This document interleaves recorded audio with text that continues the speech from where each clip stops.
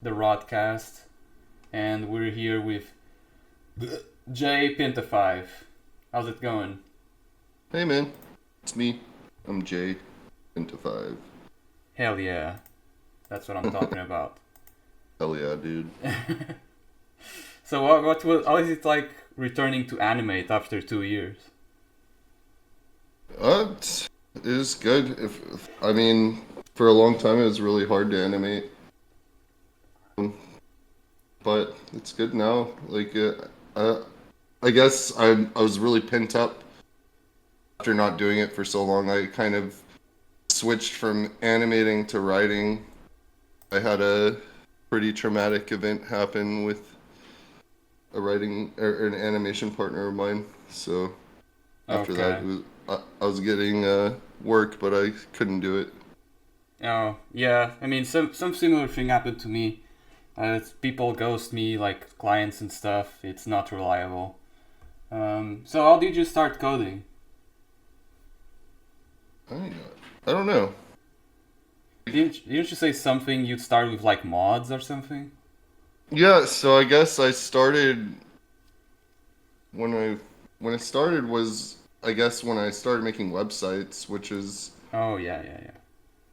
uh I guess I made my first website when I was in middle school. Whoa, really? Damn. Yeah. Yeah, it's actually funny. I had a friend of mine that I made it with. I had a little company that I made in, I think, the sixth grade with a couple friends of mine, and I ended up firing everyone because they weren't working hard enough. Oh wow. And so one of my friends went on the website we made and like deleted the homepage and wrote a bunch of stuff on it like fuck you Jarrett and stuff like that. And so I told on him to the principal and he got suspended. And I feel really bad about it, but it's pretty funny. Oh wow. But that was when I first started coding. And then I guess when I really started trying to like actually code was when I started working on mods for World of Warcraft. Well, not really mods, but like weak auras, which is just like you're just basically writing in Python, Oh wow.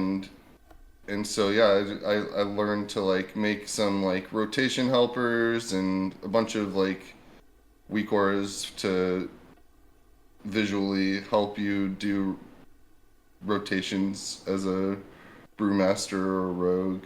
And then I swapped to RimWorld mods, and I made a mod for like I was working on a mod that was like a dwarf game.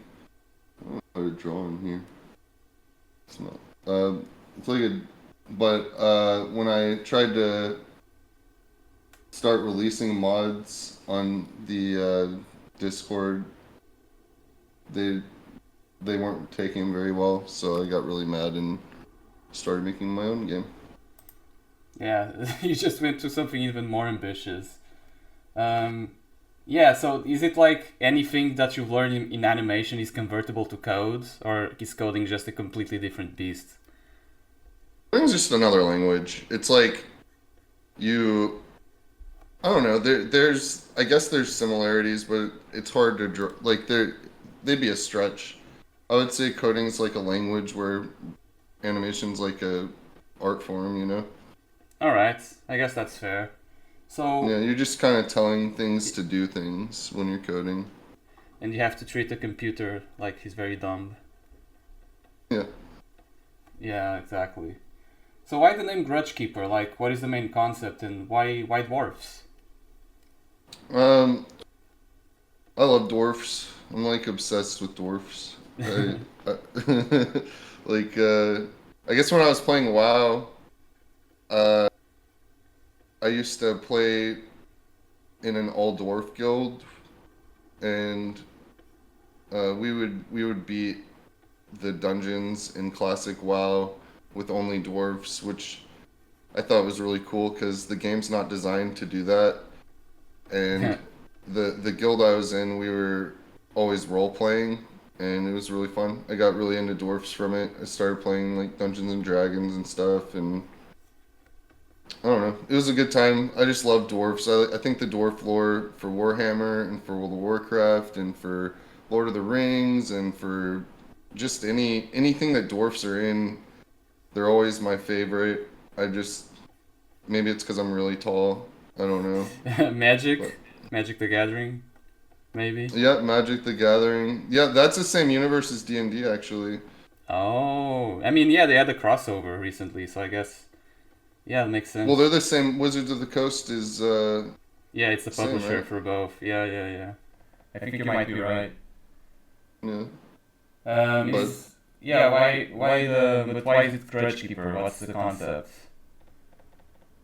so the concept is that it's basically my life story, like I'm just taking the horrible things that have happened to me in my life and you know making them Okay. into comedy. That's interesting. There is like a Portuguese saying that's kind of like, yeah, wait a bit and then turn your pain into art. I guess that's what you're doing. Yeah, I guess so. I mean, for like you said, for like a really long time, it was really difficult to animate, and so instead, what I was doing was trying to get better at writing, and I got a job as a roofer, and like just completely started like I was working on a project where I was just writing for the longest time, and then I made a different writing project, and I've just been trying to get decent at writing because I've always sucked at dialogue specifically. Like I've got good concepts, but I've always really sucked at Come you on, know. Dirty Sanchez has 10 out of 10 dialogue. Come on. Yeah, I mean, Oh, that's I a feel cool. more proud of what I'm making now though. I've gotten a lot better. I honed my skills with writing. Oh, that's a cool drawing you're making. That's pretty cool. Thanks, man. Is this your Thanks. first game? Like your Yeah, actual first? Oh, yeah. I damn. mean, yeah. I know everyone says like you should probably start small with the scope or whatever, but I feel like with animation, I've gained a lot of the skills I need already to make a game, and Interesting. so I want to just make it because I know what I want to make. Like I don't want to. I don't know. I've got a really clear vision of what I want to do. So I really want to do it. All right. Yeah, you have done. Considering this is your first game, you have done like a few things that are pretty rare to be seen in games. Like, how did you create a sprite-based character creator? Normally, sprite-based games don't have character creators as in depth as yours has, for example. Oh, thanks, man. I guess I don't know. I just like I wanted to have a. I thought it'd be really funny to make a really in-depth character creation screen, especially with like the hairstyles, Yeah, and that's then insane. take take the hairstyles away right after you leave the tutorial by shaving his head to a mohawk. Oh, So that's why that exists because I thought that would be funny. okay. For one joke, you went in and did like a billion fucking animations. Yeah. I think it's worth it. It'll pay off. Like it's really funny that when you're creating a character, you spend a lot of time doing it. Some people spend like an hour doing it, and like in my game, you can't really spend an hour doing it, but you might spend you know 10 minutes doing it or something. I don't know. I don't think it'll take that long, but it's still It's kind of I like think it'll be funny to like yeah. give the player a little cookie and then be like, "Oh man, look how cool this looks. Enjoy this for this one section of the game," and then it's gone. And then it's gone. That's that is pretty fun. It's almost kind of like you spend an hour making a character in FromSoft games, but then he spends the entire game under armor, and you never Yeah. see it. Yeah. So that's Yeah, that's it's pretty pretty funny. great. Um, yeah, is animating in pixel art harder or easier than vector? Would you say It's harder it's because harder? you have Ah, to, yeah, I mean, you have to really strengthen your forms and come up with different weird techniques to do things that you could otherwise in like vector art just do. Like, and this looks like crap. Oh, looks like a yeah, strong. like so like things like if things get really small, here I'll draw it. If things get really small, if I wanted to, I could literally just take this right here and go, oh, let's move it, or maybe I can't. I don't know how to move things. How do I move? Oh, whoop. I don't know how to do it. But on here, if you could just highlight it, here I'll draw what I want to do. You Okay. could just highlight it. Oh, I don't know how to use this program. I mean, it's their first time using it. Yeah. Okay. So you could just maybe maybe like this. No. I think I have a little selection selected and I can't unselect it. Maybe if I just highlight everything, Control A, then I'll just draw inside that. You can just grab this and then move it over here. But in pixel art, you have all of these lines become this, you know, Yeah. and so you have to. It looks really weird. Like, oh no, there.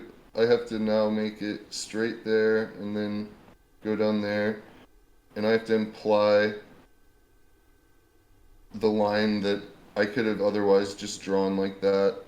Now I have to take that line and shade these different colors and then add a different lighter color here and a lighter color here and like a a subtly lighter color there and then a lighter color there and a really dark color there and a almost dark color there, and so you have to like think about how you're translating just simple lines, and then instead of like once you've got that initial like shape and stuff and you're happy with it, okay, now it's time to move it. Let's animate it. So you have to like draw your lines, which come out like this as soon as you draw them if you're on subpixel mode, so it doesn't look like a circle anymore. And then Mm-hmm. every time you do it, you have to recompensate for what you're drawing. So it makes it harder because you're like, you have to recompensate for every line you draw and everything you do. You can't Sounds. just grab it and move it Yeah, it sounds and pretty rotate it. complicated. Yeah. But you seem to know a lot about like color differing and banding, like you referenced in your Metal Slug video. Like besides pixel art, it seems like you know about a lot of the foundations of painting. Did you like paint before? Painted, but like mainly most of the stuff I'm doing, I'm learning as I'm going. This is the first game I've made. I've never done pixel art. This is the first pixel art I've done and stuff, so Yeah. uh it's all just me learning. So all these principles are just my research as I make the game, and then I share it in a video. And that's another thing, like making this game is way more than just making the game. I also have to do the marketing for it and all that other shit. So I have to translate everything I'm learning as I go into a video or something, and like every 3 times a week, which doesn't sound like a lot, but it's every video takes like 6 hours or something, Yeah, maybe it's less crazy. They're very sometimes. well edited, especially when you have just a day job. It's like insane that you can keep up with three a week. That's crazy. Yeah, it's a frustrating aspect. I hate making the videos, but they're so necessary because the plan is to you know, I'm making the game as I go. Make game. And then I also have to advertise game as I go. And making the game as I go isn't just making a game, it's animation, it's backgrounds, it's music, coding, writing, and then the advertisement isn't just making a video every week, it's set up LLC, make the Steamworks, which I already did all that. So it's that stuff's done, but like all that was done in a month, and then I have to make a video Monday, Wednesday, Saturday, and then a vlog, and then not just when you finish the videos, like this doesn't sound like much, but when you're doing it for 4 platforms, you also have to make titles, tags, re-export every time, because if you don't, then other platforms will know that you're uploading the same content and it won't advertise it. What, really? Descriptions, yep. It's the metadata of the video. This is the stuff people won't tell you. And then watch the video. So for TikTok, I have to watch 20 minutes to 30 minutes a day, which sucks because I don't like doing short form. I don't like watching short form content at all.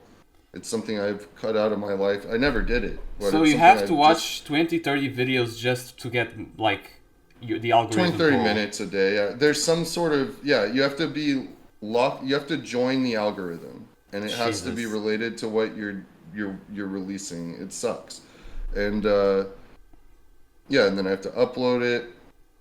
And then not just after that, that's not done. Like then after every video, you need to drive engagement. So when people are commenting on your video, you have to reply. You have to heart the comment. So you have to always be available to be your own ad company. Yeah, that's pretty. All that's what you're learning and what you make into videos ends up being like some sort of free advertising. Yeah, I mean I wish it were free, but the problem is making a video takes so damn long. Yeah, sorry, I didn't mean free as in it takes nothing. Just you know what I mean. Well, yeah, the content's free. I mean, I've always got an idea of what I can do next because I'm always learning something new. The content's easy. It's always a toss-up between like 6 things that I want to do, but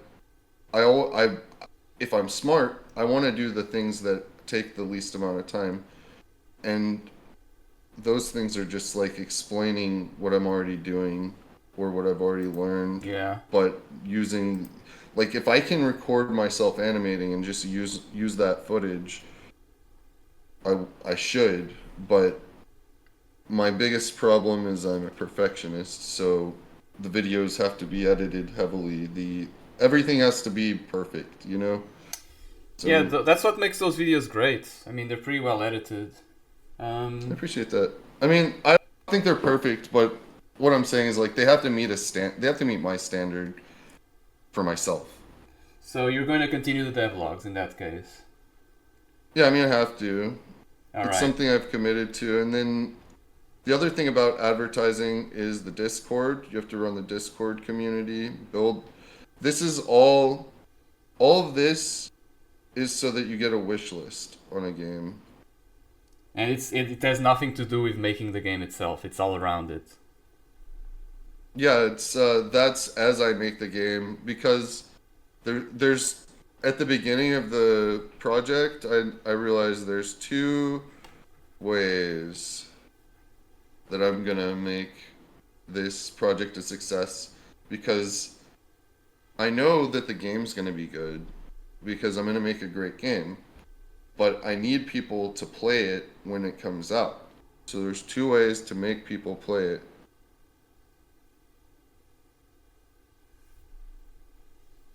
Those are big streamer.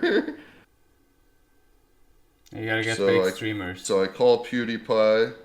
No. And I hold him at gunpoint. Hell yeah.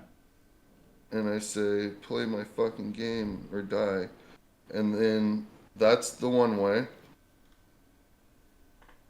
The other way is what I'm doing. You have to self promo. And then pray. I mean, yeah. That's the pray emoji. It is the pray emoji. Please, streamers. I mean, there's like 5,000 games per month on Steam or something like that. It's pretty crazy. And if you reach the upper middle class of those people, you're making a fuckload of money. Like, even if your game is mildly successful, you're making a lot of money. But if your game's not successful, and what I consider a success is like maybe 30,000 people bought your game or something, you know, like that's a lot of money. Yeah, 30,000 is a lot.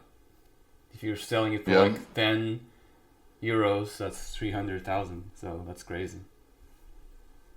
And people buy a lot of games on Steam, so yeah. And then you got merch and supporter. Yeah. So all of it together. It's so that's infrastructure, and this is side by side with the game itself. So you build your branding, which is very important, something I've done for a long time for other people, but never myself. And then you move to, like, this is something that I'm obsessed about. This is all I care about. All this shit, I fucking hate it a lot. I hate doing it every time I do it, but it's necessary for the process. Because in order to, the main, you can't, unreliable. Yeah, streaming is unreliable. So what is reliable is building an audience, getting people who are actually interested in the game as you're building it, and your game will really blow up because people are interested, and a streamer will play it because people are interested, not because you've paid them money or you've bribed them with a gun. Because you have made a great game and you've shown people while you built the game. So yeah, that's like, I guess. Yeah, that was the plan that. Yeah, that's the plan I came up with when I started. I admire your capability to swallow that frog and just get it done, even if you don't like it. Thanks, dude. That's like very admirable. Thank you, Rad. Yeah, I mean, well, you know, if I say I'm gonna do something out loud, I have to do it, right? Because then if I don't do it, then I'm a lying person. I'm a lying guy. I'll be disappointed in myself if I don't meet the goals I've set for myself.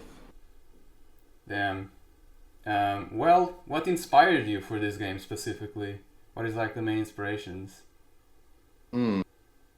I guess so I made a music player mod in RimWorld, and it was awesome, and I released it, and I showed it to people, and the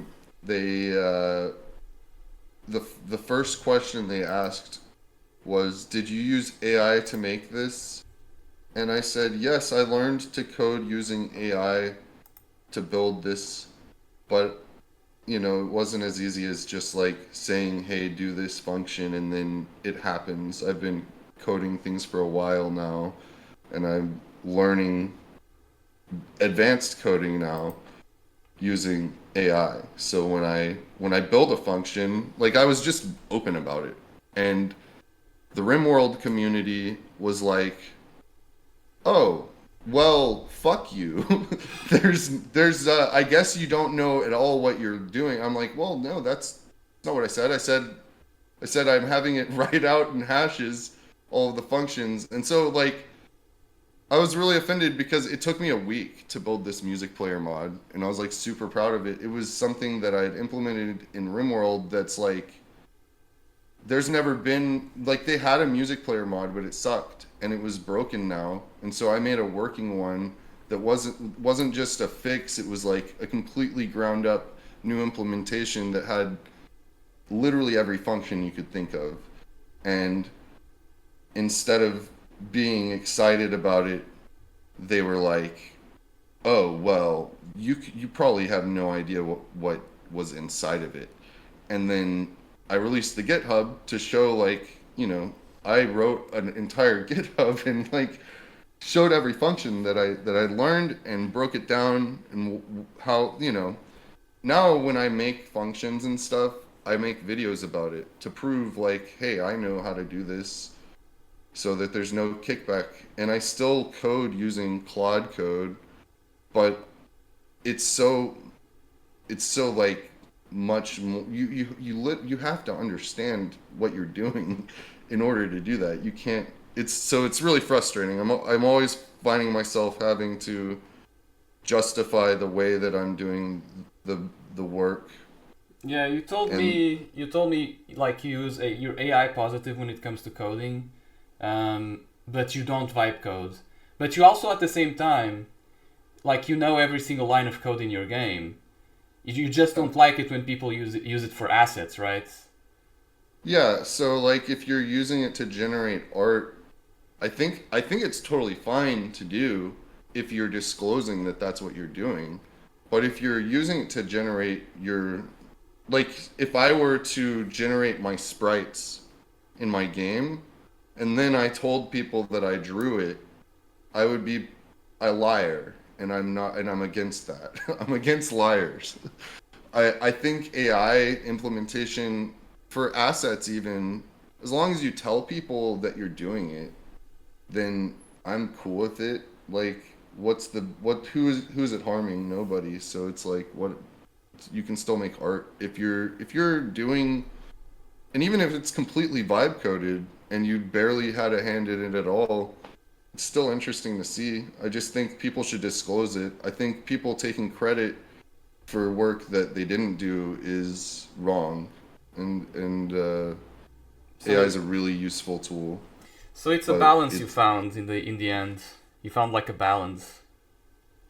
yeah. I mean, well, for me when I'm working on stuff like I'll I don't have to do the math anymore, right? Like I just tell it to do a fifth each step. You know, Okay. it makes it so much more simple. Like if I know what to do, then I can tell it to do some things for me, and then hash it as it goes in case it adds something that might be unfamiliar or something, and then I can review the code and change it to what's needed. Like Claude code's really useful. It's good. I think that I think that AI is useful for everything. You just have to say that you've used it. And I don't think that that should apply to coding because coding is literally a bunch of functions that you have to know. So like Gemini's built into what's that fucking program called? I haven't used it in so long now. Gemini Flow? Gemini's built into that God, how am I forgetting this? Uh I'm looking at my taskbar because I've got it on my taskbar here somewhere. That program, one of the coding programs that Microsoft has, like the main one, it's like, Copilot? is it Copilot? Yeah, I mean, Copilot is in, whatever, it doesn't matter. It's in the main coding thing. It's like a feature now in like every programming program to have Copilot. So literally every coder uses it, and if they're not, then they're idiots. Like they're holding themselves back. It's what it, it's just a matter of if you've admitted to it or not, really. Like, and I don't know. Maybe I'm closed-minded by saying that, But but I think you've done a lot of the work yourself, like for the book, for example, right? You've made, oh yeah, I mean, I've done all the work myself. yeah. I mean, it's just a matter of like, did I literally write every line? No. There's, I mean, but to you be know. honest, a lot of people used GitHub and copied and pasted like before, Well, and yeah, then they it's the changed it. same. It's the exact same function, and all that should, I don't know. Yeah. Well, speaking of the book, that's really well made. The Book of Grudges itself. Why did you go through the trouble of making it that way? Because I wanted to have in the middle of the game. You're supposed to be flipping through the book because you're in a new area of the game, and you can kind of like you're about to every time you have a new grudge, you're looking at the book and you're like, what did he write down this time? Because it's different based on how you played the game. So in the middle of the game, you are looking at your grudges and you flip to the next page and there's going to be something in the middle of the pages and it's going to be a really big moment in the game. And so Oh. I wanted that to work.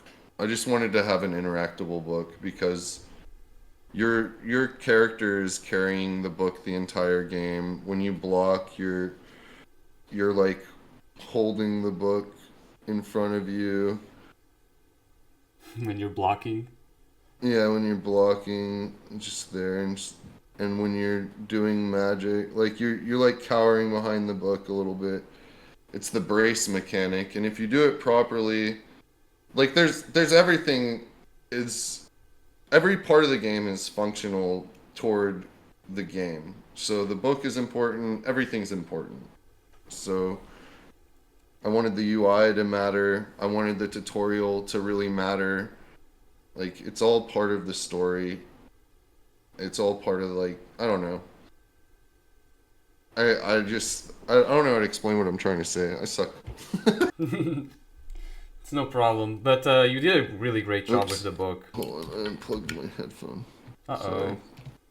There you go.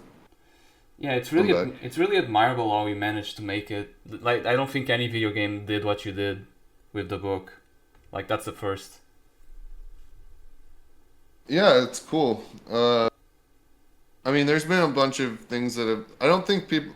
I don't think it matters too much. Is why like it's not something that people care about. Like uh, but I think everything should matter too. Like polish is important, but gameplay should come first. But like I don't know. This just seemed like an important thing for the game, so I just did it. I mean, if you're gonna be using your book all the time, then yeah. It's just every other video game book that I can think of, even in games like Avalon Code, which is literally it's like 1,000 page book in the bottom screen for the DS. Even that didn't do what you did, so it's pretty interesting. Um, and that's where your character writes its grudges, right? Would you say that this game is a way for you to work through your own grudges if you have them? Yeah, I definitely have them. Uh, yeah, I mean, the whole game started out as me being like, "Well, fuck you. I'm gonna make a game instead of a mod for your game then, and show you that I know how to code." Like, so yeah, I mean, yeah. And then when I started working on the game, it basically started as like, what do I want to see in a game? What are some of the games that I think are really cool and impressive to me? And I broke down some of like it's really interesting. I started with Death Road to Canada. Oh, I remember that one. Yeah, and I was like, man, I want to make a game that's kind of like maybe you're like fending off goblins coming at you or something instead of zombies. It was basically a ripoff of Death Road to Canada, but it's like a medieval dwarf version, you know?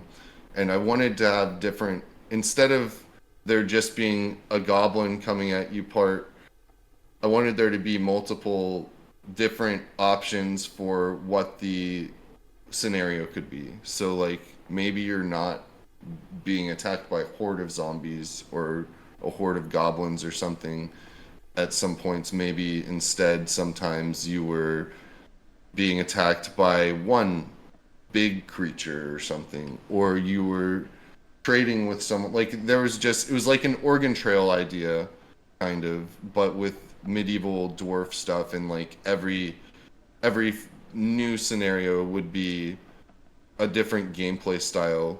So it was kind of like WarioWare as well. Oh, I like And then WarioWare. yeah, I love WarioWare, and then I really liked the idea of like basically negotiating and Undertale. I thought Undertale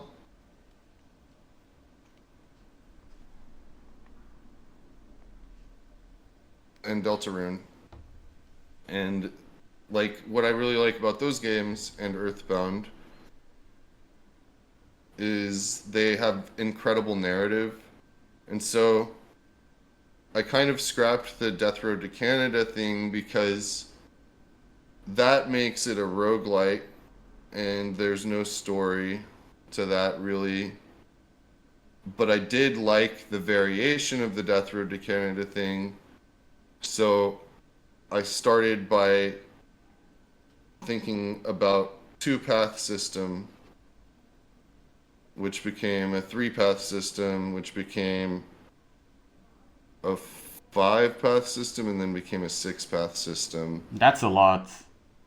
Yeah, it is a lot, but I think it's gonna be really cool because I've already basically written a lot of it. I just need to now, like, it's interesting. So like Akira Toriyama was talking about how like he he forgets characters as he writes stories. He like forgets what he just did. He's totally focused in on one thing at a time. And so when you break it down like that, really it makes it so much easier. Like if you look at the game and go, "Oh my God, there's six paths. That's a lot." Then you'll never write the whole game. What you do is you do the whole outline for the six paths. What's the loose outline? Okay, what do I want to happen here, here, here, here, here? What's the tone? I set the tone for all six of them, right?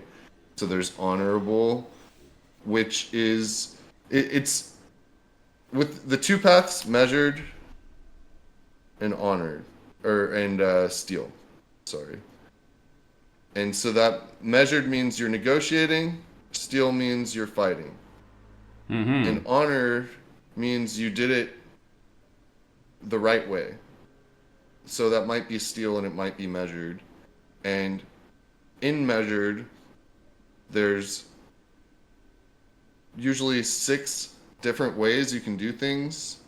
So you could choose the wrong choice that delays the fight more. You could choose an even more wrong choice that makes the fight harder. You can choose the right choice that progresses the fight.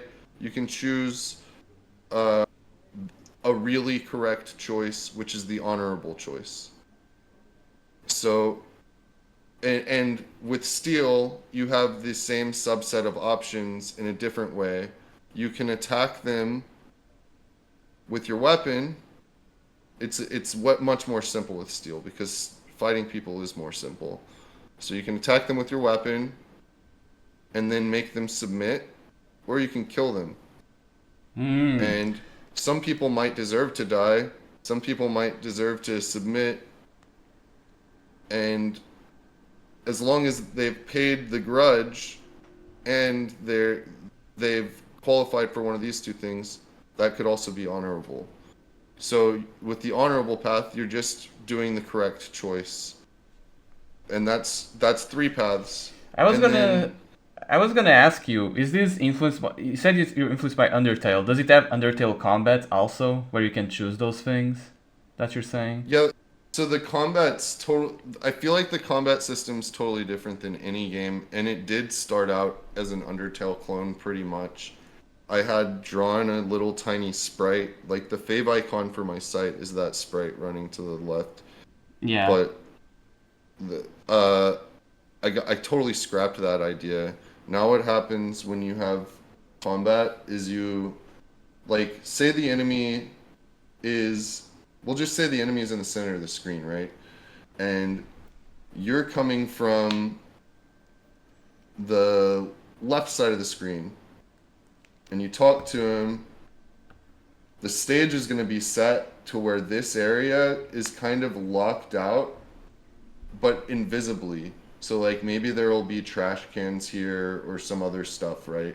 And then the enemy looks like a set piece. And you walk up to him, and then he goes blah blah blah blah blah, and then you confront him, and it's after you've been offended. You've written in your book. You can look at your book and see what the book wants you to do, and you can ignore that and just not look at the book and notice that he's got a giant symbol above his head that says confront, and then you can confront him. And when you confront him, the enemy, he might jump backwards, he might walk backwards, he might do something, but he's going to have some dialogue, and y'all are going to have an exchange, and then he's going to get into position. You're still standing here. The characters that are following behind you, which there's going to be 3, they're standing right where they were, and you're standing right where you were. The enemy is the only one who moves, and then the characters go doop doop based on where you were standing in the screen. So then they're here, you're still standing in the middle. And during an attack phase, you move over here, right in front of the middle person, and you can either do steal or measured or assess. And to assess is basically an inspect, and it gives you a hint on what you're supposed to do in the battle based on what's happening. And it's a turn by turn basis, so if you assess later in the fight and the status has changed, then it might be a different goal. And if you fight, every weapon has a different attack pattern. So the hammer has a charge, you jump up off the screen. The enemy, who's over here now, he's moving all over the field while you try to land on him as the shadow gets bigger. And then once the shadow's Okay. big enough, it blinks. Like, yeah, there's a lot of combat. It's pretty abstract. It's pretty abstract for me to visualize all that. But you know, seeing this, you know what comes to my mind? Maybe streamers aren't the best people to play your game. Maybe video essay guys who do video essays about games are the best target audience, because they're like making videos about your combat system and how unique it is. Who knows? I don't know. You basically have a system where you use a weapon and then you trade off to your companion. You pick between one of the 3 companions, and the companions during you have a defensive stage like in Undertale, but your sprite's not smaller, so the enemy's doing attacks like in Mega Man or something. But it's a 3/4 view. I wasn't expecting like a party base. The party is the driving system of the game, and your party is like extremely. There's a lot of cool shit about them. You have a bird character, you got a thief character, and you got a elf character. It's gonna be cool. Do you know about Nights in the Nightmare? It's like a video game for the DS and PSP. It's got probably the most abstract fighting system I've ever seen in a game. I don't know, might be interesting. Yeah, I'll check it out. Nights in the Nightmare. Nights in the Nightmare, yeah. Yeah. I wanna do a preemptive middle of the show apology for whatever. Should I we know I suck go? at interviews. Should we go to Japan and find PewDiePie to promote your game? No, not yet. There, Okay. I don't know if I ever will, honestly. Like, I think that the real goal is to make the game good enough for people to want to play it on their own, Yeah, yeah. and do the do the advertisement or whatever by just releasing the content that I said I would, and then you know show that the game's good. I'm not good at talking about things. I'm better at showing them. I mean, you're actually making them. That's what matters. Yeah.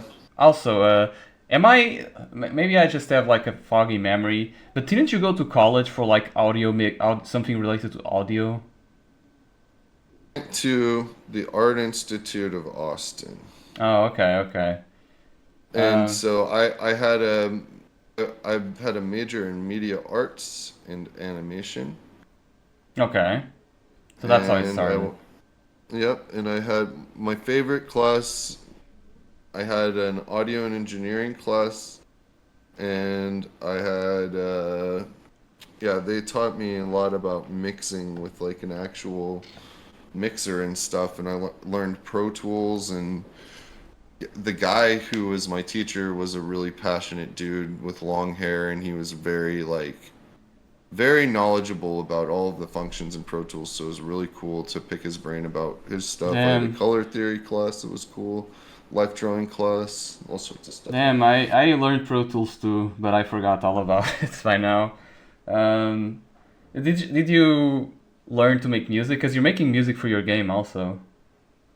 Yeah, I mean, that's something I'm learning now, I guess. I'm using FL Studio, Oh. and I'm uh I'm just I think I'll do some pretty good music. I've got a good taste for music, so we'll see what happens. I've been like done a lot of dissecting of other songs and stuff. I've done a lot of behind the scenes studying and learning. Dude, you're doing just like everything for the game. Yeah. Just like everything. Now that you have like a big Discord filled with talented people, would you think of in the future getting like help for anything, or are you just gonna go full solo till the end? Huh. I was thinking I'll probably do it all. I mean, I'm not overwhelmed by the size because I've broken it down into segments. I've got bing, bing, bing, bing, bing, which is actually three times, and then bing, bing, bing, bing. And all I have to do is worry about this one right now. And then when I'm done with that one, all I have to do is worry about that one. Damn. So it's very simple to me. Like I think it's gonna be chill as hell to make the game. I know it's gonna take forever, but like I feel like my pace is extremely fast right now. It is. And yeah, so it's cool. I think all this stuff really, I feel like I've hit what feels like a roadblock, making all these walk cycle animations where they're just walking and stuff. I finally finished it, and then I'm like, all right, time to do one where he's faced this way now. Yeah, and that's a lot of work doing that now. It's just Yeah, doing all the sprites it's a again. it's a more awkward angle. Going straight ahead, that's why I didn't draw it initially, because it's like a weird angle. But now I have to. It sucks because if I do, if I commit to doing that, that's all of the beards, all of the hair, all of it, everything again. So that's the whole thing again. Even the That's ones everything. for all types of beards, all types of hairs. Yeah. So Oh, Jesus it's Christ. it's literally the same amount of work that I just did. So I don't know if it's worth doing Wait, yet. wasn't your guy just gonna have a mohawk anyway? Yeah. So So why are you there's gonna do all the hairs and all the beards again? well, because if he turns this way, he for the tutorial he needs to have it. Okay, Jesus Christ, it's really a lot of work just for that one joke. Yeah, Okay. it's worth it. I think I'm thinking of having another joke later. Well, I'm spoil my jokes, but yeah, no, another hair joke later where it seems like you're getting your hair, but you don't. Alright. How long do you think it'll take? You said it's gonna take a while. I'm estimating 2 to 3 years, and then I am realistically estimating 2 to 7 years. Jesus. I have no idea. No idea. Well, I will know completely. My dad asked me this the other day. I'll know completely. So this is the tutorial. This is the first town, and then there's variable towns here. So I'll know completely once I've completed the first version of one of these variable towns. I'll know. So this tutorial area, I'm gonna have to solve most of the mechanics in the game. So this area is gonna take longer than all of these areas. Ah, I see. But this area is this area is gonna take a little longer too than all of those areas because this area is the first area where the trajectory of the game's changing. So you're starting the six path structure of the game.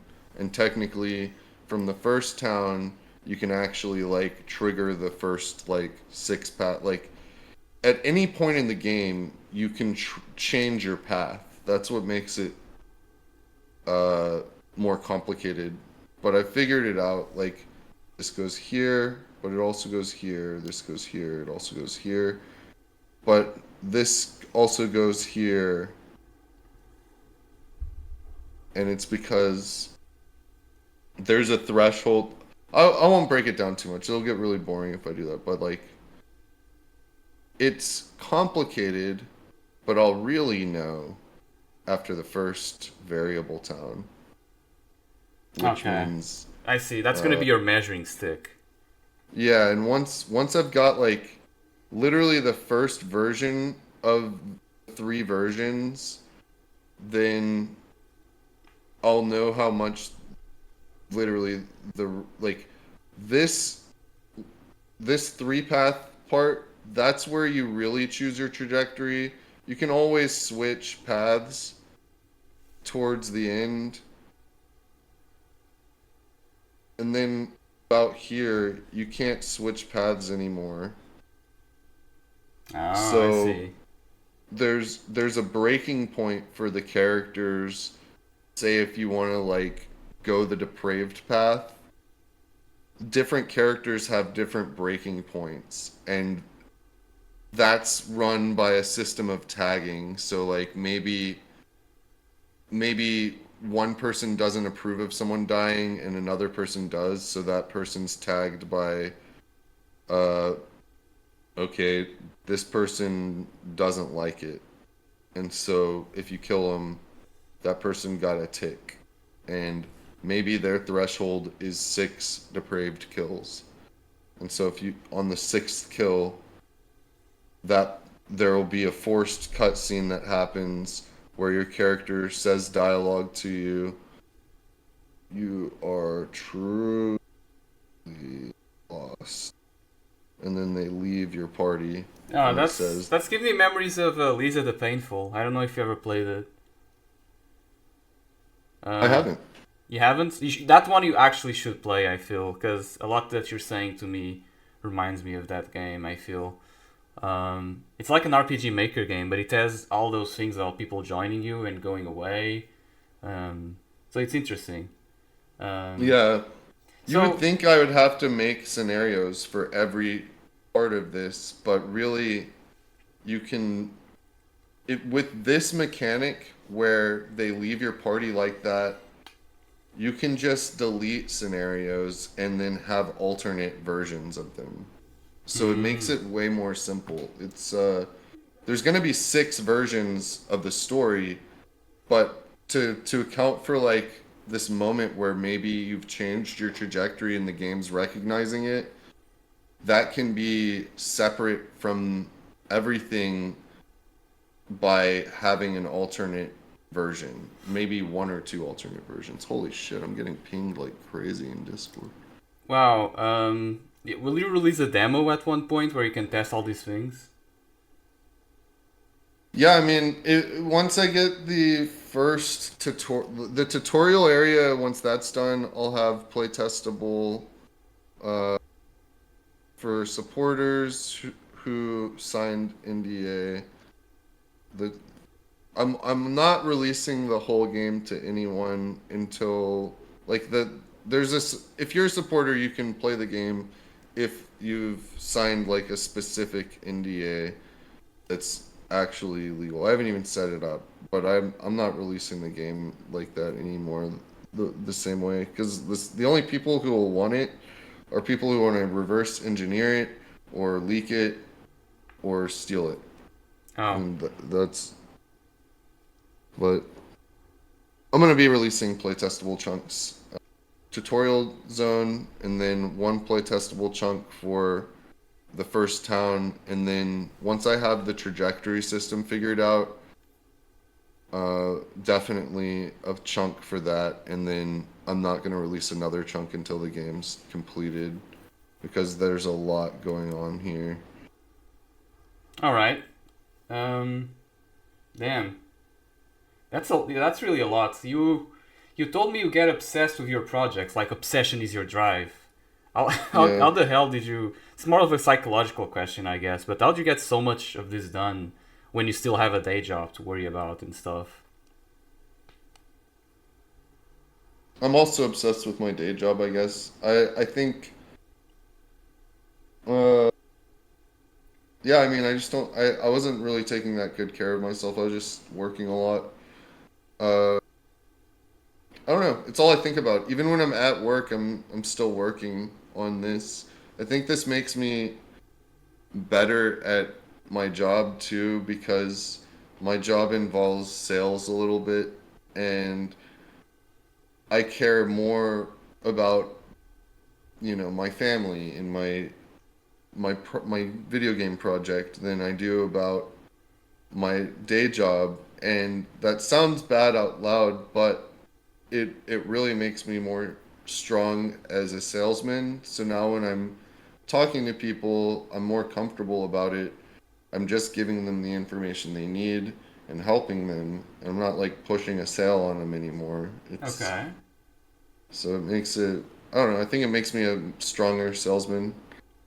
Um Damn. my job is like if I'm supervising people and they're building because I'm a project manager.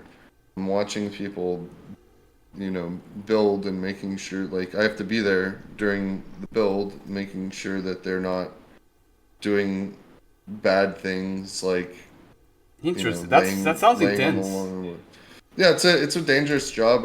I'm on roofs a lot, so I'm risking my life a lot, I guess, but that's like pretty awesome money and yeah, it's awesome. If I'm at my like maybe the day is a 12-hour day, right? Like I've got to be there 6 a.m. and then it's over 6 p.m. or maybe it's over at 9 p.m. even, Jesus And I've got Christ. to yeah, I've got to be there all day, but while I'm there, nobody speaks English very well and I'm communicating through a series of like very crappy Spanish and grunts and like pointing and like Wow. miming things. So if I want to think about my game and take notes while I'm supervising the job, I can do that. Like, and I'm just doing that most of the day. I'm like just talking to my phone and writing the story and taking note. Like, I'm totally enveloped in it, but my physical body and my actions are still completing the job that I need to get completed. So I'm still doing a really good job at work. Like I'm not sacrificing anything by continuing to fantasize about my video game. I mean, you're not just daydreaming, you're actually working on it. But if you could, but if you could, like, work on your game full time, would you? Well, yeah, I mean, I'm obsessed, man. Definitely, but I don't know if that's like a I don't know, like maybe the channel picks up, maybe the merch sales pick up, maybe the subscriber stuff picks up, and I make enough money to quit my job. I really don't think I would quit my job either way because I'm very thankful for my job. Like Yeah. it's like I was before this job, I was broke for my entire life. And I was a starving artist literally. Like I would live off of peanut butter or ramen or eggs or nothing and or just bread or snacks that I could find at a person's house or something. Like I just was smoking a bunch of weed and making cartoons and not like as long as I could call myself an animator at the end of the day, all that mattered was that I was getting by. And that's still that's kind of still my mindset. Like I'm happy as long as I can do whatever I want to do. And I can always do whatever I want to do because I've got the skills to do that because that's what I'm obsessed with doing. So I'm going to do it. Uh, I think I think as soon as I got a job though, like like before getting this job, I got fired from a warehouse job after working there for 4 months because I was about to get benefits, and I felt like that was like one of the lowest points ever. I had been arrested, and I was facing like 6 felonies and a misdemeanor, and I was waiting for my trial, and then my business partner betrayed me. Are you sure you want to And say that? yeah, I'm fine with saying whatever. I mean, that's just life. Yeah. It it's that's the truth. I went through a lot, and it's like it changed me as a person. Like I used to be a really trustworthy, or not trustworthy, a trusting person. Like I would just believe anyone, and I would just hope for the best in everyone, and surround myself with shitty people. And uh, like I lost a job while I was on probation, and I had no friends anymore. My best friend in real life had betrayed me and left, and you know, he's on the run. He's just gone from my life. And I had to like do reflecting, man, who am I surrounding myself with? Why am I doing that? And I've been way less productive than I ever have been. Like I used to be so motivated, and all I was doing was partying. Like it spiraled from me uh, being broken up with by my girlfriend, and then I partied for a while, and then uh, everyone around me just took like the people that were around me were bad people. I should have recognized that in the beginning, but I didn't because I was probably a bad person myself. I don't Oh. know, but I don't know. I think going through it all and then like having to change myself and then getting a job that I got fired from put me in a position where I was just like, man, I'm the most depressed I've ever been. It was miserable.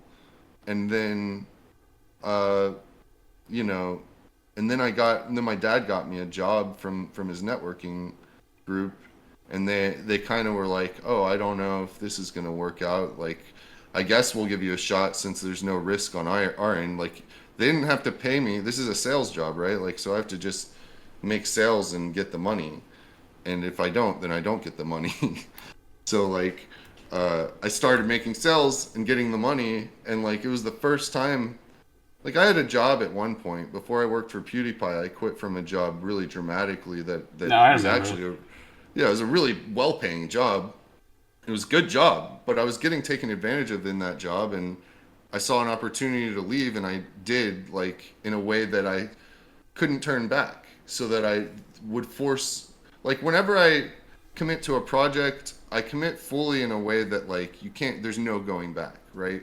And for PewDiePie I did that, and unfortunately the apocalypse happened right after that, right? So I went from making money to not making money. And this at this point I had lost a job that was a warehouse job that like high schoolers were working alongside me, and I got fired. And so I have a lot of skills and I'm qualified.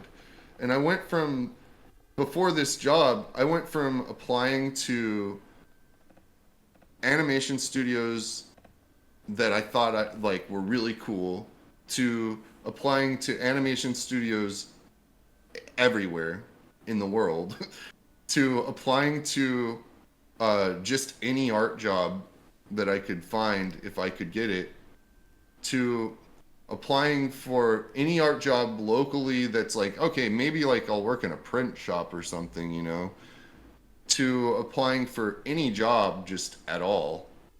and Yeah. and then to like applying for like, and what I meant by job is like actual job, not like, and then to applying for entry level jobs anywhere, and the only place that wanted to hire me was Waffle House, and like the only questions they asked were like, what were your felonies, not do you have them. And so Incredible. yeah, so it was low. It was like I felt super depressed. I'd just been fired from that job and I was like, oh my God, like what am I doing? And I also didn't have the ability to animate anymore. Every time I got a project, I was still getting work, but every time I got a project, I'd put pen to paper and it'd be like this. It'd be like, oh hell yeah, I'm gonna do it. Here we go. Fuck, never mind. And then I So wouldn't. you had like Vietnam flashbacks and PTSD from animation. Yeah, it was just I would just think about what had just happened. Like how like I just got rug pulled, and I just think about that relationship and how it was just painful. And when I confronted it, I was treated like I was crazy. It's like, okay, well you just took a lot of money and credit. Cool. Uh Okay. yeah, so getting back into animating after getting a job was a big step, and getting a job was like literally the first time I've made money. Like I've always never made money, and so I was really grateful. I'm still really grateful to like be able to make money. It's cool. And All right. I was now I have actually time to gonna, work on it. I was actually gonna ask you something, but I'm afraid of pulling even more fucking Vietnam flashbacks out of you. That question would I mean, be. I'm over it all, man. Like I'm not over it, but like I'm at a point where like I feel good about myself. Like I've changed a lot from the person that I was describing to you, you know, like I don't have any friends, and it's on purpose. Like I got rid of all of my friends, and it's not their fault. It's just I would rather be alone. I think I'm Okay. better off alone. Well, in that question, the question was gonna be, what happened to Plunger Dog? It's, you know, when this project is done, I should have the resources to actually complete it. I've got I've got a ton of things written now. Like that was the original writing project, and I've been retouching constantly, but when I recommit to finishing Plunger Dog, Damn. that's gonna be the new thing I do. So So you're I'm not. actually gonna go back to it? Damn. Oh, I'm definitely gonna finish it. Uh, I want to do this game first. I think this game's more important right now. Damn. For people who don't know, Plunger Dog was like Jay's series that he wanted to make. Um, yeah. Yeah, I worked on it for like the fifth episode. I worked on for like 12 years, and that sounds like a long time, but it's really a result of me just working on other people's crap, and then uh like giving my own shit like maybe 20 minutes every few months or so. So really slow progression in that. That's one of the reasons I really like having a job is because I'm not burnt out from animating all day. Yeah, I that's can, cool. I can do. I like get excited to get to work now. Like before, it was like I'd be working like 12 to 16 hours on someone else's project, and then moving to the next project, and the time in between was just like recovery. Damn. How do you like maintain your motivation? How do you keep your mind sharp to solve like the difficult problems that this new project gives you?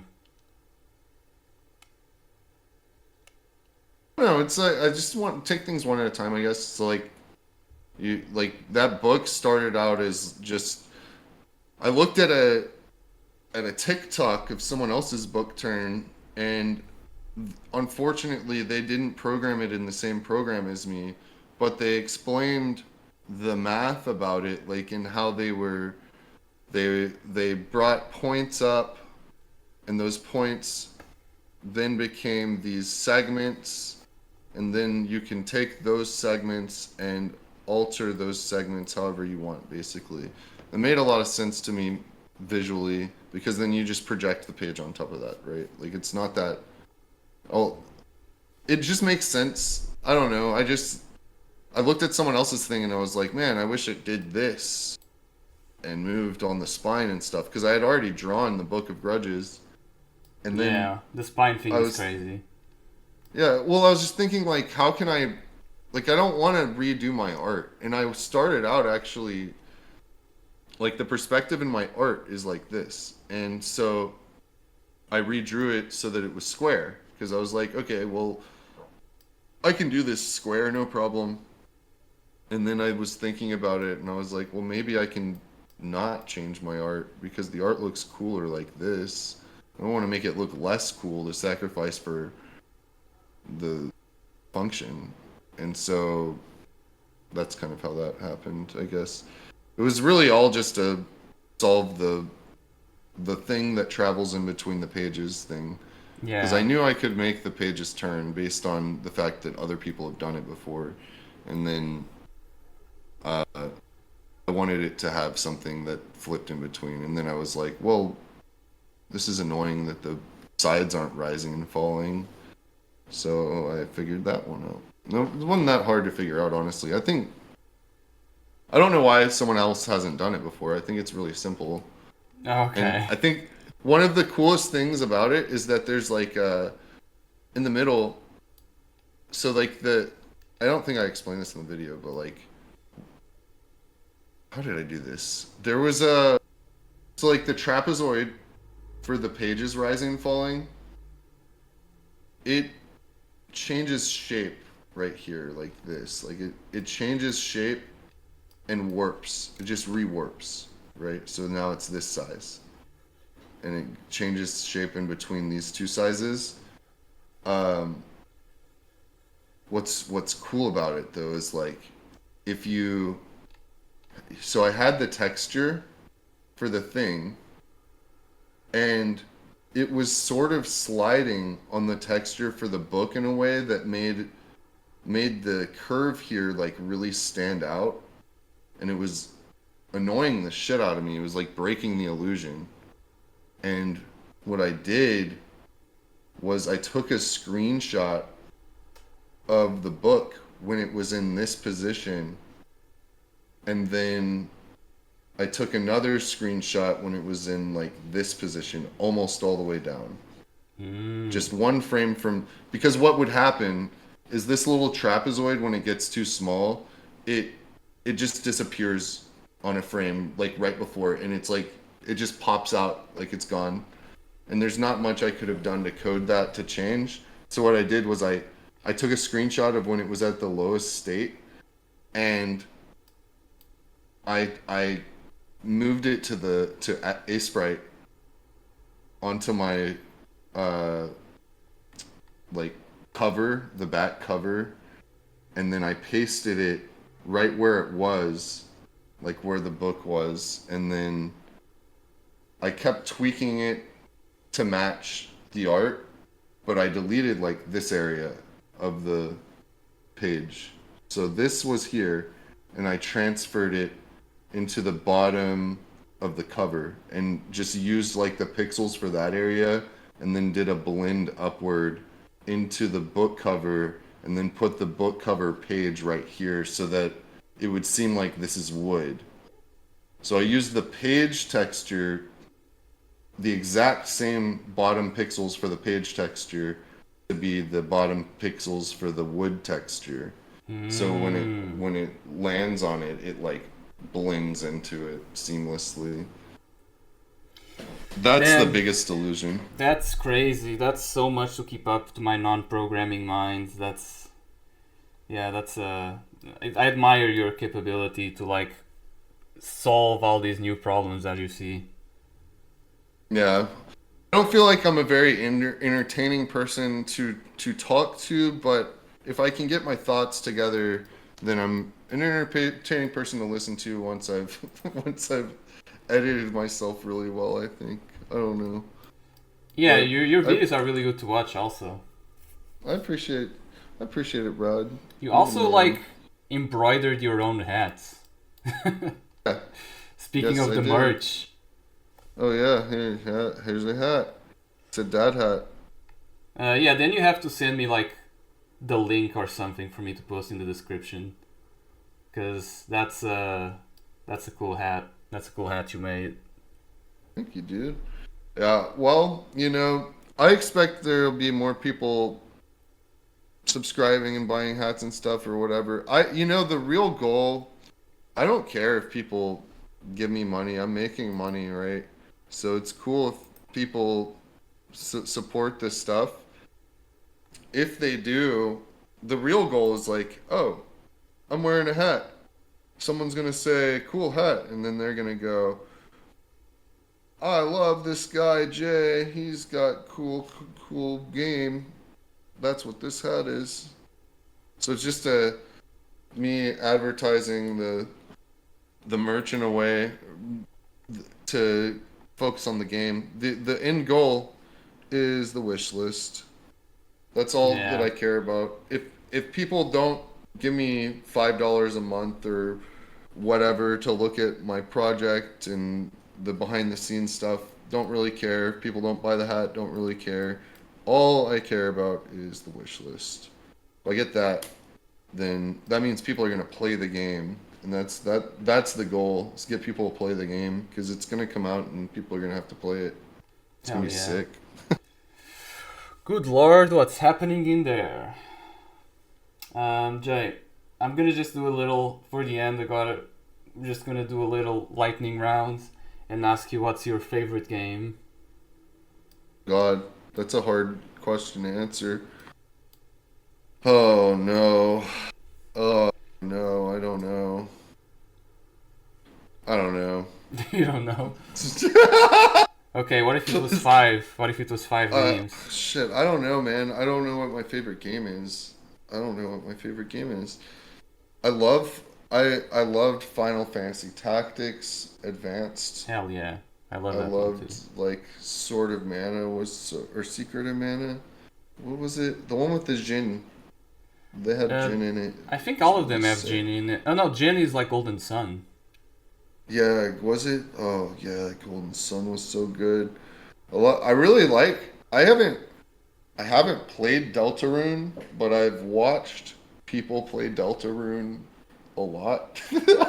I've been like Yeah. studying it, and I really like that game a lot. I like Undertale. I like I don't know, favorite game is really tough. I like a lot of games for a lot of reasons. Maybe World of Warcraft is my favorite game Oh, because because you I've played it so put much.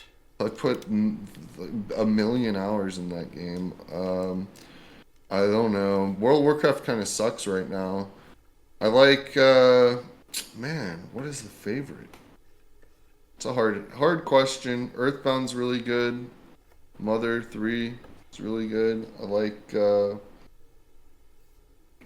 a lot of games.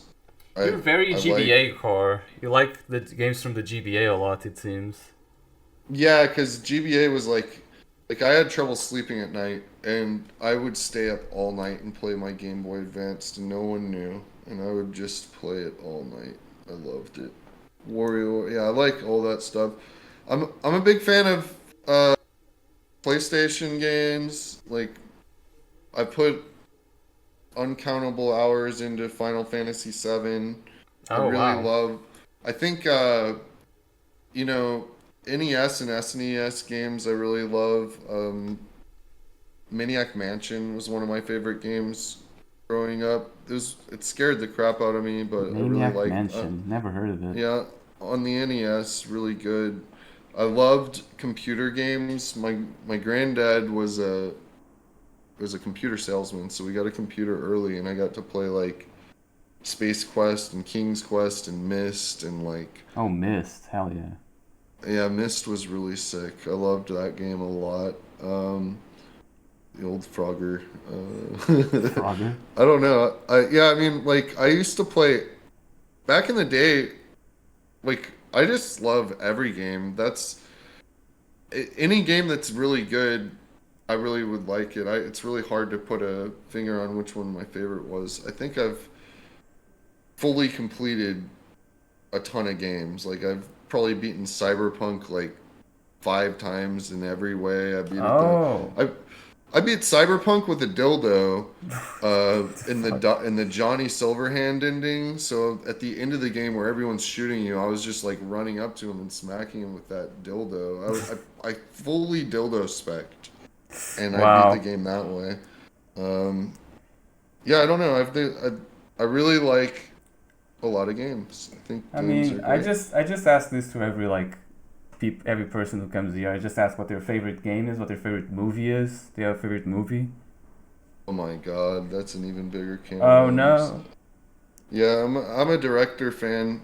Like, I'll give you a, yeah, I'm a big Nick Cage fan. I love, maybe, hmm, yeah, I'll just name Nick Cage movies that I like. That'll make it easier. I like, I really liked Mom and Dad. I really liked Mandy. And I really, like, Mandy is like, probably, maybe Mandy is my favorite movie. I don't know. Yeah, Um, that's recent also. yeah, and I'm a huge fan of 80s B movies and horror. I'm a big fan of practical effects. I love the Return of the Living Dead, like Reanimator. Uh, you know, I'm a big fan of old crap. I'm a big fan of like Joe Bob Briggs. He's a guy who reviews old stuff. He used to have a show on TNT called Monster Vision, and he like Interesting. shows old shit. Yeah, what about you, Rod? What's your favorite? I don't know, man. I really like the City, Dark City or something, whatever that movie is called. I really like Ghibli movies like Princess Mononoke. Really like Synecdoche, New York. Yeah, just stuff like Name that. any anime, did I? I didn't name a single animated movie. I think Akira is my favorite animated movie. Oh hell yeah. You know what one of my favorite animes is that cyberpunk anime is probably like I would rank that up there with Cowboy Bebop. Like that was Damn. sick. That was by what's his Studio name? Trigger. Yeah, it was Studio Trigger. Exactly. It was really Yeah. good. Do you have Yeah, a? it was. Yeah, it's a school. I liked it. Yeah, Um, Golden Boy, all the dude. Oh my God, Golden it's hard Boy. to. Yeah, it's Golden hard. Boy. So hard for me to pinpoint favorites because there's so many things I like about so many things, you know. Yeah, And yeah, yeah. say my favorite show is probably either Breaking Bad or Game of Thrones. I think Game of Thrones ended really shitty, so it's hard to give it the best ranking. I think. Uh, Yeah, I think they just did what they thought the fans would want to see. They did too much fan service and it turned it into a shithole. Oh damn. Well, it It's my favorite happens. show. Yeah, I loved it. That was my favorite show. What Um, about the favorite book? favorite book, Animator Survival Kit. Oh, okay. I guess that goes without saying. uh, maybe favorite book. Animator Survival Kit is pretty good. Yeah, we'll call it at that. All the Silver Age Flash comic books. Oh, okay, Silver Age. Hell Damn. yeah, boy. Yeah, Silver Age is pretty insane.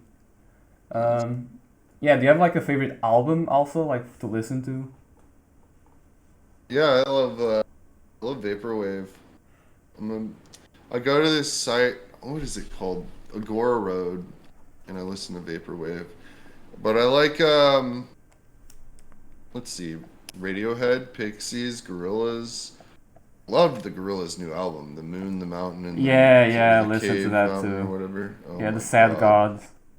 Holy shit, that was so good. I love the video for that. Yeah, That was even my inspiring. dad was listening to that, and he doesn't used to listen It's to Gorillaz. really good, dude. It's like one of the best. What else? I don't know. Let me see. Yeah, that's a good answer. Well, I like old 90s stuff. I was a big fan of ska too. I still like ska sometimes. Big D and the Kids Table, Streetlight Manifesto, Madness. Uh, Madness Combat. no, no, it's a band. Madness. Shout out to Newgrounds. Yeah, Madness. yeah. Shout out to That's the. Newgrounds. This is the Newgrounds logo, as I know it. I'm pretty sure that's correct. And then they have a tank somewhere, so there's probably one of these somewhere. Yeah, we're trying to Yeah, draw amidst so many things. yeah. All of it's so precious. How are we gonna keep? Yeah. I Anyway, I'm see. I sorry I'm see. such a poor interviewer. I appreciate you I, interviewing I'm me. the interviewer. You're the interviewee. Yeah, I'm sorry about that. Don't worry. It's pretty cool. I mean, all I wanted to know was more about your project and how you got here. Um, Yeah, I've got a lot to say about it. However, the way I say it's pretty bad. So I'm better off just showing it.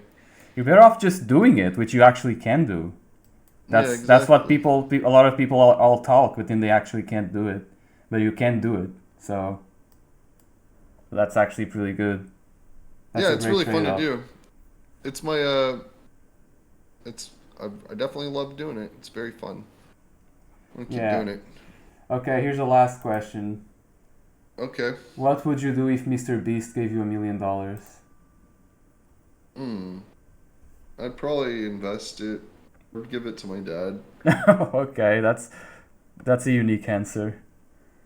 Yeah, my dad's a financial manager, so I would trust him to, make it more money. I don't think I don't give a shit about money, man. Like not having money my whole life, I think I've got everything I want. Like I got a really good job and I built this studio setup. I think the thing I would buy if I bought something would be a house. I'd get a house with a backyard, a big backyard. It don't have to be a big house, but it'd be a big ass backyard. I would want to move to like an area where my neighbor was like like a decent distance away from me, and yeah, that would be cool. Living on a property where I have a vantage point, so if someone's gonna walk up to the property and they're, maybe I've got, it's good. Yeah, that's pretty good. Yeah. All right, man. It was really nice having you here. You're really making like a really awesome freaking looking game. So Dude. it was really nice to see what's behind it. Thanks So for interviewing me. I'm sorry that I'm so awkward. I think the Discord will like it. I think they'll like knowing what's behind the man, the myth, the Yeah, legend. maybe I'll get better at talking someday, but yeah, maybe they will like it. I think, you know, maybe you've got to edit it. Maybe there's maybe you've got to edit it, Rod. Maybe there's some work you have to do, and then Oh, I hope and then not, I look. I don't know. man. Yeah. Editing 1 hour and a half is not my best forte. Anyway, No, don't. You don't have to do that. I appreciate you I'll share taking the I'll time. share your work though. I'll share your work in the bottom screen, so that'll be cool. All right, man. I'm gonna stop the recording in 3, 2, 1. Bye, CRTvT Rodcast. What?